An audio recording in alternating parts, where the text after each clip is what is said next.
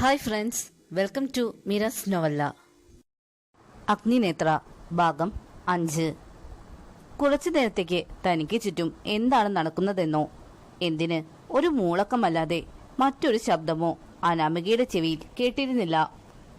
തന്റെ മുഖത്തെ ഒരു ഭാഗം മുഴുവൻ മരവിപ്പ് അനുഭവപ്പെട്ടതും അവൾ കഷ്ടപ്പെട്ട് കവളിൽ കൈ ചേർത്ത് വെച്ച് മുഖം ഉയർത്തി അഗ്നിയെ നോക്കി. കയ്യിൽ ആഷ്ട്രയും പിടിച്ച് നിൽക്കുന്നവനെ കാണുകെ എന്തായിരിക്കും സംഭവിച്ചിട്ടുണ്ടാവുക എന്നവൾ ഊഹിച്ചു. അത്രയും നേരം ഇല്ലാതിരുന്ന ഭയം അവളെ വന്നുമൂടി. കുറച്ചു മുന്നേ യാദവിന് കിട്ടിയതൊക്കെ ഓർമ്മ വന്നതും അവൾ അറിയാതെ ഉമിനീരിറക്കി. അഗ്നിയുടെ ദേഷ്യം അത് താങ്ങാൻ തനിക്കാവില്ല എന്ന് അനാമികയ്ക്ക് ഉറപ്പായിരുന്നു. ഒരു രക്ഷയ്ക്കായി അവൾ നാലുപാടും നോക്കി. എന്നാൽ ആ ഹാളിൽ അവർ രണ്ടുപേരും മാത്രമേ ഉള്ളൂ എന്നത് അവളിലെ ഭയം ഇരട്ടിപ്പിച്ചു.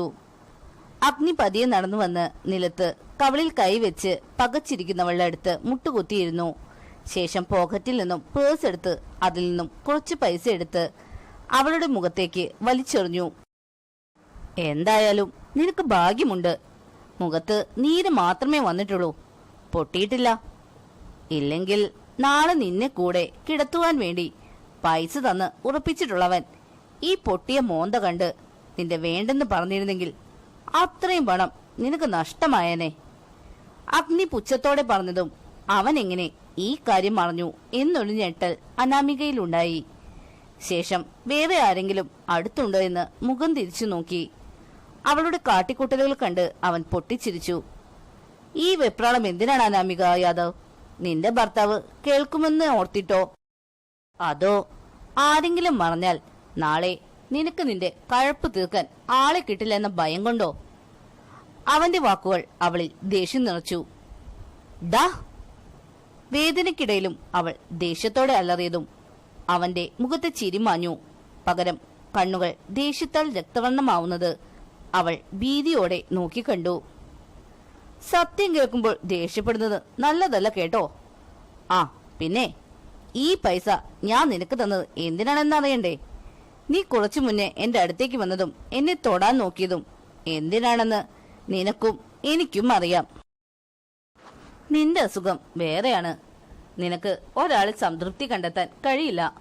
പക്ഷേ ആ ചൊറിച്ചിലും കൊണ്ട് നീ എന്റെ അടുത്ത് വരരുത്. ഞാനാണല്ല എന്ന് പറഞ്ഞ ഒരുത്തിയുടെ കൂടെ കിടക്കാൻ എനിക്ക് താല്പര്യമില്ല. നിന്റെ ഒരു സ്പർശം പോലും എനിക്ക് പുഴുവരിക്കും സമാനമാണ്. അതുകൊണ്ടാണ് നീ പണിയൊന്നും എടുത്തില്ലെങ്കിലും പണം ഞാൻ തന്നത്. ഇനി എന്തായാലും യാദവിനെ കൊണ്ടും നിനക്ക് ഉപകാരമൊന്നും ഉണ്ടാവില്ല.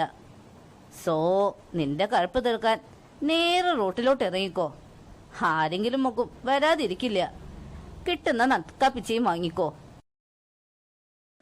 അത്രയും പറഞ്ഞ് അവളെ മറുപടി കേൾക്കാൻ നിൽക്കാതെ അവൻ എഴുന്നേറ്റ് തിരിഞ്ഞു നടന്നു. തന്നെ അപമാനിച്ചവനോടുള്ള പക അവളിൽ ആളിക്കത്തി. ഹോട്ടൽ ബ്ലൂ സ്റ്റാറിന്റെ മുന്നിൽ അക്ഷമയോടെ തന്നെ കാത്തു നിൽക്കുന്ന കാശിയെ കണ്ടതും അഗ്നി വണ്ടി നിർത്തി അവനടുത്തേക്ക് ചെന്നു. അവനെ കണ്ടതും കാശി ആശ്വാസത്തോടെ ശ്വാസം നീട്ടിയെടുത്തു. ഹോ, സമാധാനം. നീ വര വൈകിയപ്പോ ഞാൻ കരുതി കെട്ടുവിട്ട് കാണില്ലെന്ന്. കാശി പറഞ്ഞതും അവന്റെ വയറിൽ ശക്തിയായി ഒന്ന് പഞ്ച് ചെയ്തു അഗ്നി.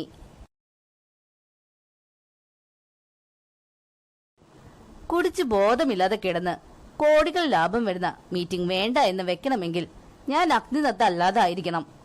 ഹ, അത് ഞാൻ മറന്നു. ചത്ത് കിടന്നാലും ബിസിനസ് എന്ന് കേട്ടാൽ എഴുന്നേറ്റോടുന്ന മുതലാണ് എന്റെ മുന്നിലെന്ന്. എന്തായാലും നീ വാ, അവിടെ എല്ലാവരും വെയിറ്റ് ചെയ്യുന്നു. ആ മൂളലോടെ അഗ്നി ഒരു നിമിഷം കണ്ണടച്ചു നിന്നു. കണ്ണു തുറക്കുമ്പോൾ അവന്റെ മുഖത്തെ സൗമ്യത മാറി ഗൗരവം നിറഞ്ഞിരുന്നു. ഒരു ബിസിനസ്മാനിലേക്കുള്ള അവന്റെ മാറ്റം കാശി കണ്ണെടുക്കാതെ നോക്കി നിന്നു. കോൺഫറൻസ് റൂമിലേക്ക് കടന്നതും അവനു വേണ്ടി കാത്തിരിക്കുന്ന ആദം ഗ്രൂപ്പിന്റെ MD ചെറുചിരിയോടെ അവന് നേരെ കൈനീട്ടി. ഹലോ, ഞാൻ രാഘവ് മേനോൻ. കുറച്ചു കാലമായുള്ള ഞങ്ങളുടെ ആഗ്രഹമാണ് ഈ പ്രൊജക്ട്. നല്ലൊരു പ്ലാൻ ഇവിടെ നിന്ന് ലഭിക്കുകയാണെങ്കിൽ അതുമായി മുന്നോട്ടു പോകുവാൻ എനിക്ക് ആഗ്രഹമുണ്ട്. രാഘവ് പറഞ്ഞതും അഗ്നി അയാളുടെ കയ്യിൽ തന്റെ കൈ ചേർത്ത് വെച്ചു. യെസ് മിസ്റ്റർ രാഘവ്, നിങ്ങളുമായി ഒരു പ്രൊജക്റ്റിന് എനിക്ക് താല്പര്യമുണ്ട്. താങ്കൾ ആഗ്രഹിക്കുന്ന പോലത്തെ ഒരു പ്ലാൻ മുന്നോട്ട് വയ്ക്കുവാൻ എന്റെ ടീമിന് കഴിയുമെന്നാണ് എനിക്ക് വിശ്വാസമുണ്ട്. അവന്റെ മറുപടിയിൽ അയാളുടെ മുഖം വിടർന്നു. കുറച്ചുനേരം രാഘവും അയാളെ കൂടെ വന്നവരും അഗ്നിയും കാശിയുമായി പ്രൊജക്റ്റിനെ പറ്റി ചർച്ച ചെയ്തു. എന്നാൽ ആ നേരം അത്രയും അവയുടെ കൂട്ടത്തിൽ ഒരാളുടെ കണ്ണ് അഗ്നിക്ക് നേരെയായിരുന്നു. അവന്റെ ദൃഢമായ ശരീരവും ആരെയും മയക്കുന്ന മുഖസൗന്ദര്യവും അവളിൽ അവനോടുള്ള ആസക്തി കൂട്ടി. ഒരു തവണയെങ്കിലും അവനെ അറിയുവാൻ അവളിൽ അടങ്ങാത്ത മോഹമുദിച്ചു. ടീന. രാഘവിന്റെ വിളിയാണ് അവളുടെ കണ്ണുകളെ അവനിൽ നിന്നും അകറ്റി മാറ്റിയത്.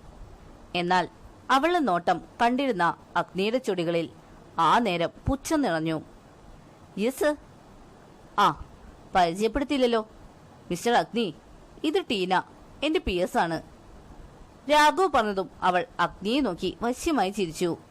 അതേ വശ്യതയോടെ അവൻ ഒരു ചിരി തിരികെ നൽകിയതും അവൾക്ക് വല്ലാത്ത സന്തോഷവും തന്റെ സൗന്ദര്യത്തിൽ അഗ്നിയും വീണു എന്ന അഹങ്കാരവും തോന്നി. എന്നാൽ അവന്റെയും അവളുടെയും മുഖഭാവം കണ്ട കാശിക്ക് വല്ലാത്ത ദേഷ്യം വന്നു. അവൻ രാഘവിനോട് എക്സ്ക്യൂസ് പറഞ്ഞ് അഗ്നിയുടെ കൈ പിടിച്ച് വലിച്ച് ആ റൂമിന് പുറത്തേക്ക് നടന്നു.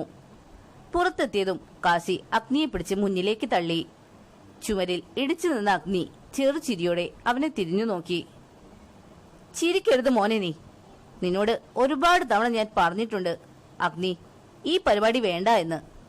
ഹ, നീ ചൂടാവല്ലേ? ഞാൻ എന്ത് പരിപാടിക്ക് പോയെന്നാ നീ പറയുന്നേ?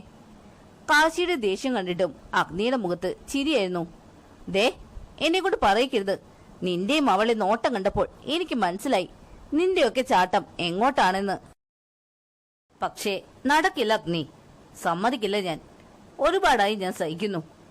അറിയാം എനിക്ക് നിന്റെ ജീവിതത്തിൽ നടന്നതൊക്കെ ഒരിക്കലും മറക്കാൻ പറ്റാത്ത കാര്യങ്ങളാണെന്ന്. പക്ഷേ കള്ളു കുടിച്ചതുകൊണ്ടോ പെണ്ണ് പിടിച്ചതുകൊണ്ടോ നിനക്ക് നഷ്ടപ്പെട്ടതൊന്നും തിരികെ കിട്ടില്ല. മറ്റുള്ളവർക്ക് മുന്നിൽ നീ കൂടുതൽ തരം താഴുകയുള്ളൂ. ആരോടുള്ള ദേഷ്യത്തിന് പുറത്താണെങ്കിലും നീ ഇപ്പൊ ചെയ്യുന്നത് നിന്റെ ജീവിതം നശിപ്പിക്കുന്നതാണ് അഗ്നി. ദേഷ്യത്തിൽ പറഞ്ഞു തുടങ്ങി അവസാനമായതും കാശിയുടെ ശബ്ദമിടർന്നത് അഗ്നിക്ക് മനസ്സിലായി. അവൻ കാശി കഴുത്തിലൂടെ കൈയിട്ട് ചേർത്ത് പിടിച്ചു. ഹ, ദേഷ്യപ്പെടാതെടാ. നിനക്കറിയാലോ ഞാൻ ഇങ്ങനെയൊന്നും ആയിരുന്നില്ല എന്ന്. എന്നെ ഇങ്ങനെ മാറ്റിയവരോടുള്ള പകയാണ് ഞാൻ വീട്ടുന്നത്. എന്നെ ആണല്ല എന്ന് പറഞ്ഞവരുടെ മുന്നിലൂടെ ഓരവളുമാരെ കൊണ്ട് ചെന്ന് റൂമിൽ കയറ്റി അവളുടെ മുഖത്ത് നോക്കി കഥ കാഞ്ഞടിക്കുമ്പോൾ കിട്ടുന്നൊരു സംതൃപ്തി ഉണ്ടല്ലോ, അതാണ് ഇപ്പോഴത്തെ ഏറ്റവും വലിയ സന്തോഷം എന്റെ. അത് പറയുമ്പോൾ അവന്റെ കണ്ണുകളിലെ നോവ് കാശിയിലും സങ്കടമുണ്ടാക്കി. എന്നും ഇതുപോലെ നടന്നാൽ മതിയോ അഗ്നി? നിനക്കും ഒരു ജീവിതം വേണ്ടേ? കാശി ചോദിച്ചതും സ്വയം പുച്ഛിച്ചുകൊണ്ടുള്ള ഒരു ചിരി അവനിൽ വിരിഞ്ഞു. ജീവിതം? നീ ഉദ്ദേശിച്ച പോലെ ഒരു ജീവിതം ഇനി എനിക്കുണ്ടാവില്ല. ഇനിയുള്ള എന്റെ ജീവിതം എന്നെ ചതിച്ചവരുടെ തകർച്ച പൂർണ്ണമാക്കുവാൻ വേണ്ടി മാത്രമായിരിക്കും. അതിന് ഏത് വഴി സ്വീകരിക്കും ഞാൻ? അവന്റെ വാക്കുകൾ കേട്ടു എന്തോ പറയുവാനായി വന്ന കാശിയെ അവൻ കൈ ഉയർത്തി തടഞ്ഞു. ഇനി ഇതിനെപ്പറ്റി ഒരു സംസാരം വേണ്ട. അല്ല, നമ്മുടെ പ്രസന്റേഷൻ അവതരിപ്പിക്കുന്നത് ആരാ?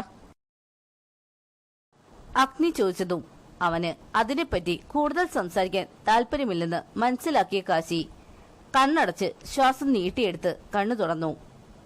അത് പുതിയൊരു കുട്ടിയാണ്. വാട്ട്? ഇത്രയും ഇമ്പോർട്ടന്റ് ആയുള്ള പ്രസന്റേഷൻ ഒരു പുതിയ ആളെ ഏൽപ്പിക്കാൻ നിനക്ക് പ്രാന്തുണ്ടോ? ഈ പ്രൊജക്ട് നഷ്ടപ്പെട്ടാൽ നമുക്ക് ഉണ്ടാകാൻ പോകുന്ന നഷ്ടം എത്രയാണെന്ന് നിനക്ക് അറിയില്ലേ? എന്താ, നമ്മുടെ ഓഫീസിൽ എക്സ്പീരിയൻസ് ഉള്ള ആളുകൾ ഇല്ലാത്തത് കൊണ്ടാണോ നീ പുതിയ വന്ന ഒരാളെ ഈ പ്രൊജക്ട് ഏൽപ്പിച്ചത്? എത്ര പറഞ്ഞിട്ടും അഗ്നിക്ക് തന്റെ ദേഷ്യം തീരുന്നുണ്ടായിരുന്നില്ല. ആദ്യമായാണ് കാശിയിൽ നിന്നും ഇത്ര അലസമായ ഒരു പ്രവൃത്തി ഉണ്ടാവുന്നത്. താൻ തളർന്നു നിന്നിട്ടുള്ള പല സന്ദർഭങ്ങളിലും അനുയോജ്യമായ തീരുമാനങ്ങൾ എടുത്ത് മുന്നോട്ട് പോയിട്ടുള്ളവനാണ് ഇന്ന് ഇത്രയും പ്രധാനപ്പെട്ട ഒരു പ്രോജക്റ്റ് ഒരു ന്യൂ വർക്കറെ ഏൽപ്പിച്ചിരിക്കുന്നത് എന്ന് ഓർക്കും തോറും അവന് ദേഷ്യം കൂടി. എന്നാൽ എല്ലാം കേട്ടിട്ടും കാശിയുടെ മുഖം ശാന്തമായിരുന്നു. ഹ, കിടന്ന് അലറാതെടാ. നീ ആദ്യം വന്ന് ആ പ്രസന്റേഷൻ കാണ്. എന്നിട്ട് ഈ പ്രൊജക്റ്റ് കിട്ടിയില്ലെങ്കിൽ മാത്രം എന്നെ തിന്നാൻ വാ. അത്രയും പറഞ്ഞ് അഗ്നിയെ മൈൻഡ് ചെയ്യാതെ കാശി തിരിഞ്ഞു നടന്നു. അവന്റെ വാക്കുകളിലെ ആത്മവിശ്വാസം മനസ്സിലായതും അഗ്നിയുടെ നെറ്റിയിൽ സംശയത്തിന്റെ ചുളിവുകൾ വീണു. കോൺഫറൻസ് റൂമിലേക്ക് തിരികെ കയറുമ്പോൾ അവിടെ അഗ്നിയുടെ കമ്പനിയുടെ പ്രസന്റേഷൻ തുടങ്ങിയിരുന്നു. റൂമിലെ ഇരുട്ടിൽ പ്രൊജക്ടർ സ്ക്രീനിൽ മാത്രം വെളിച്ചം നിലകൊണ്ടു. നിശബ്ദമായ ആ ഇരുട്ടിൽ ഉയർന്നു കേൾക്കുന്ന ശബ്ദം ഒരു പെണ്ണിന്റെയാണെന്ന് മനസ്സിലായതും നിയന്ത്രിച്ച ദേഷ്യം ഇരട്ടിയായി അഗ്നിയിൽ തിരികെ വന്നു. കൈമുഷ്ടി ചുരുട്ടി ദേഷ്യം നിയന്ത്രിക്കാൻ ശ്രമിക്കുന്നവനെ പിടിച്ചു വലിച്ച് കാശി സീറ്റിൽ കൊണ്ടിരുത്തി. ഇരുട്ടായതിനാൽ അവന്റെ മുഖഭാവം അവിടെയുള്ള ആരും തന്നെ ശ്രദ്ധിച്ചതുമില്ല. ഈ പ്രോജക്റ്റ് കിട്ടാൻ പോകുന്നില്ല എന്ന് മനസ്സിലുറപ്പിച്ച് അഗ്നി തന്റെ ഫോണിൽ തോണിക്കൊണ്ടിരുന്നു. നിമിഷങ്ങൾ കടന്നുപോകെ അവിടെ പറയുന്ന കാര്യങ്ങളിലേക്ക് അവന്റെ ശ്രദ്ധ അറിയാതെ തിരിഞ്ഞുപോയി. എല്ലാവരുടെയും സംശയങ്ങൾ പൂർണ്ണമായും തീർത്തുകൊണ്ട് സ്പഷ്ടവും ഉറച്ചതുമായ വാക്കുകളും ഇതുവരെ തന്റെ കമ്പനിയിൽ ആരും ഉപയോഗിക്കാത്ത അതിനൂതനമായ പ്രസന്റേഷൻ രീതിയും അതിലും ആകർഷണീയമായ പ്ലാനും എല്ലാം കൊണ്ടും ആദ്യം അഗ്നിക്ക് തോന്നിയ നീരസം അപ്പാടെ മാച്ചുകളഞ്ഞു. നീണ്ട നേരത്തെ പ്രസന്റേഷൻ കഴിഞ്ഞതും ആ റൂമിൽ വെളിച്ചം പടർന്നതും അതോടൊപ്പം ഉയർന്ന കയ്യടികളുടെ ശബ്ദവും അവിടെ മുഴങ്ങി. അഗ്നിയുടെ കണ്ണുകളിൽ ആ പ്രസന്റേഷൻ നടത്തിയ വ്യക്തി ആരാണെന്ന് അറിയാനുള്ള ജിജ്ഞാസ ഉണ്ടായി.